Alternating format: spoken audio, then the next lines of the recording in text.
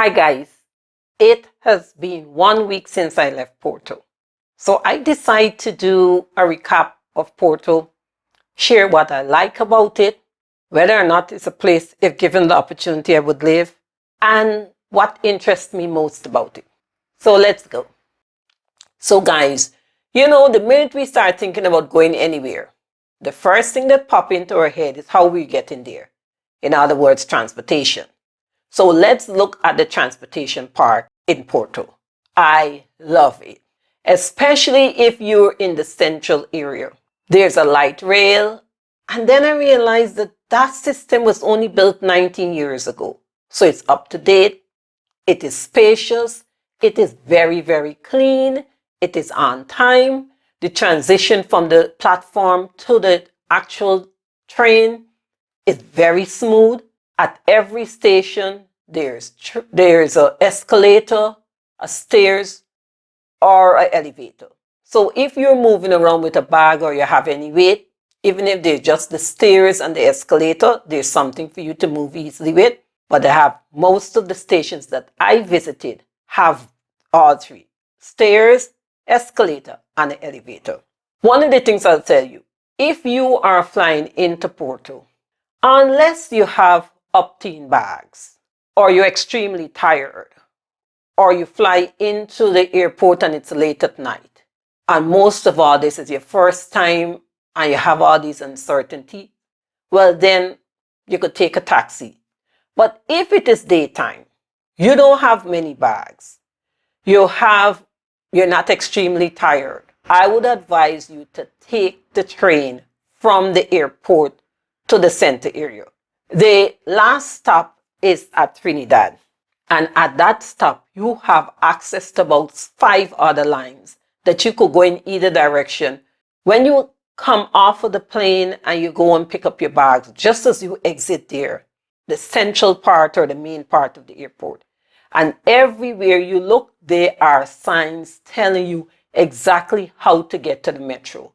And again, there's elevators, there's upteen stairs and escalators. So even if you have bags or you have bags, you could get to that platform there and get the train. And that is the last stop. So you won't have to worry about, am I going in the right direction? No, that number is the E-train. Stops at the airport there. It cost me $25, 25 euros from the airport to my Airbnb.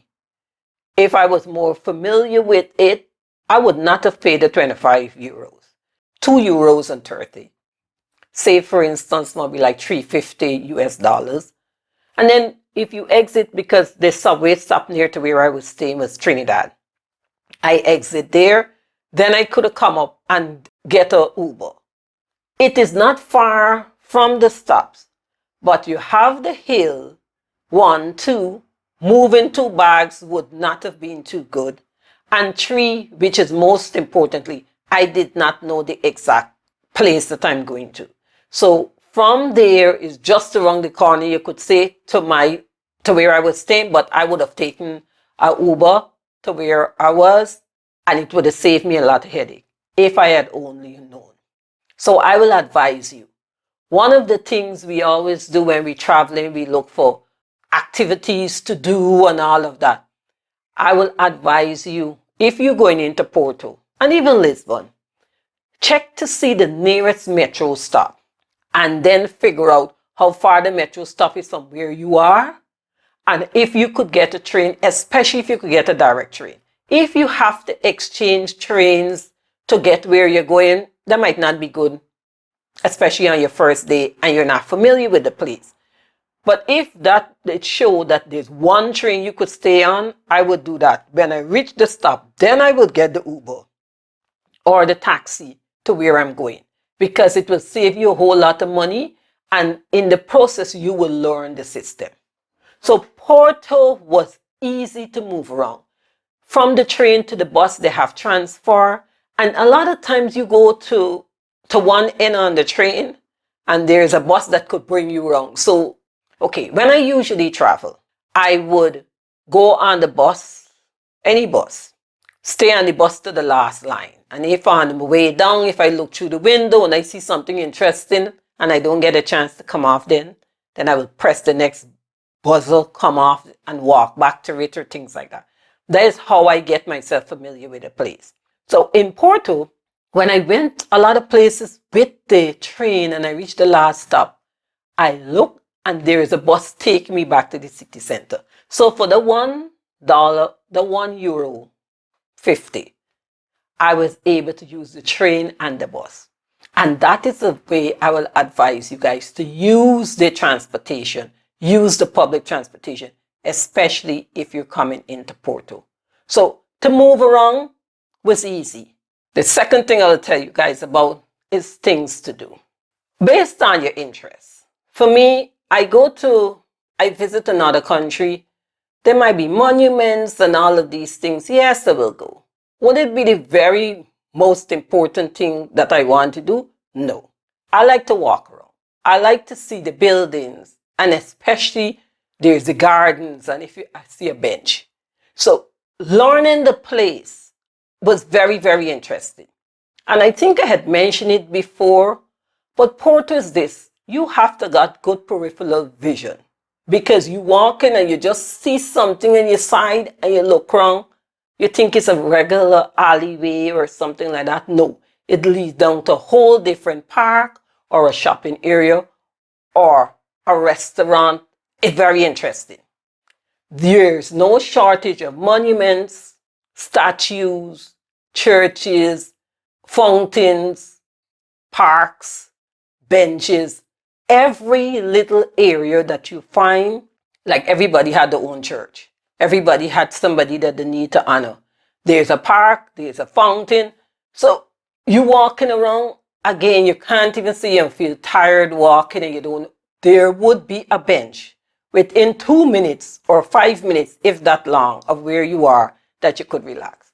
So for you to get a better understanding of the place, it's not only going to those museums and so, they're good, yes. I'm not knocking it.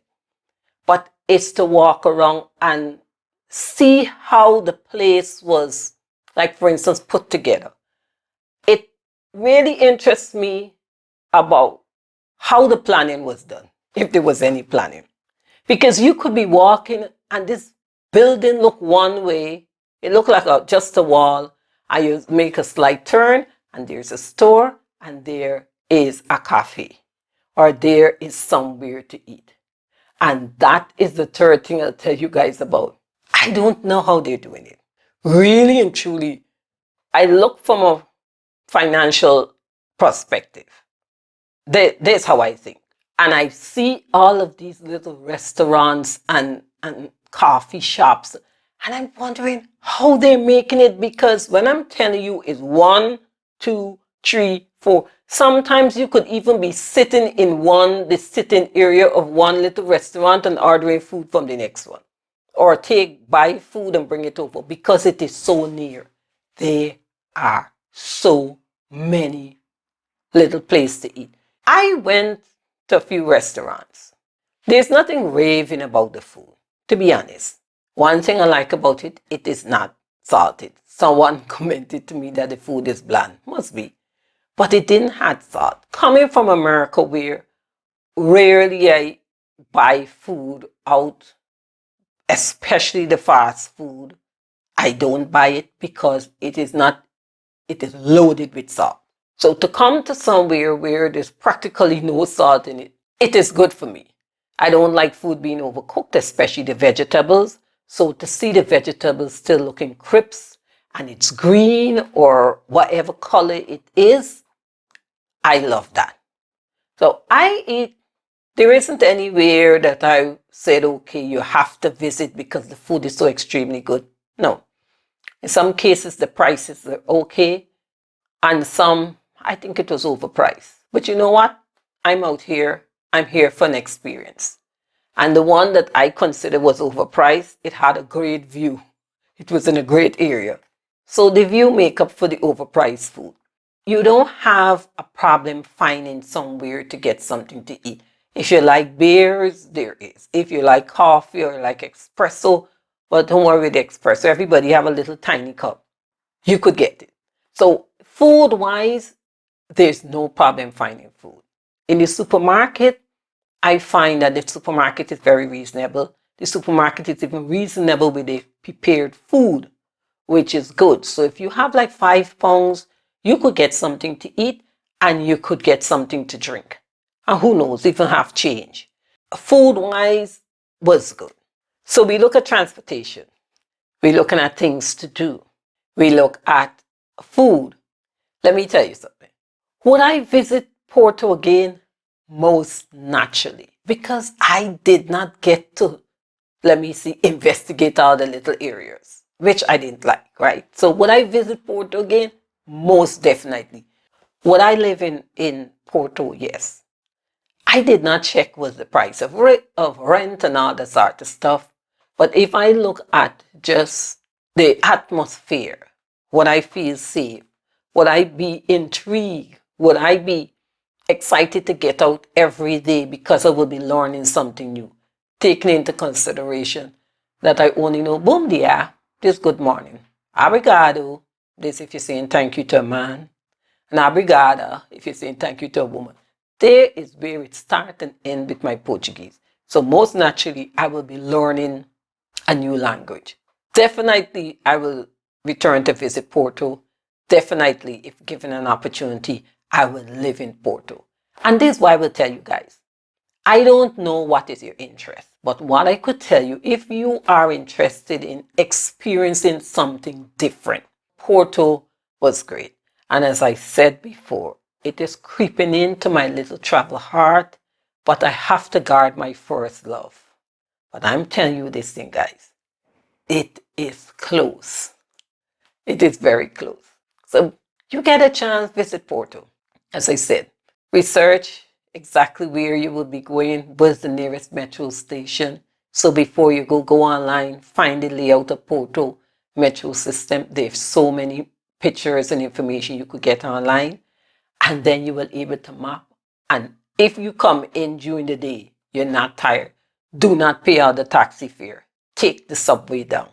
You would not regret it. So guys, that is Porto for me. I'm still on the verge of leaving Estoril. I will tell you guys a bit about it. And then next stop would be Lisbon. I went to Lisbon in 2018. I have to go and see if I refresh my memory of it. I hope you guys have a great Saturday. And I will talk with you later. Bye.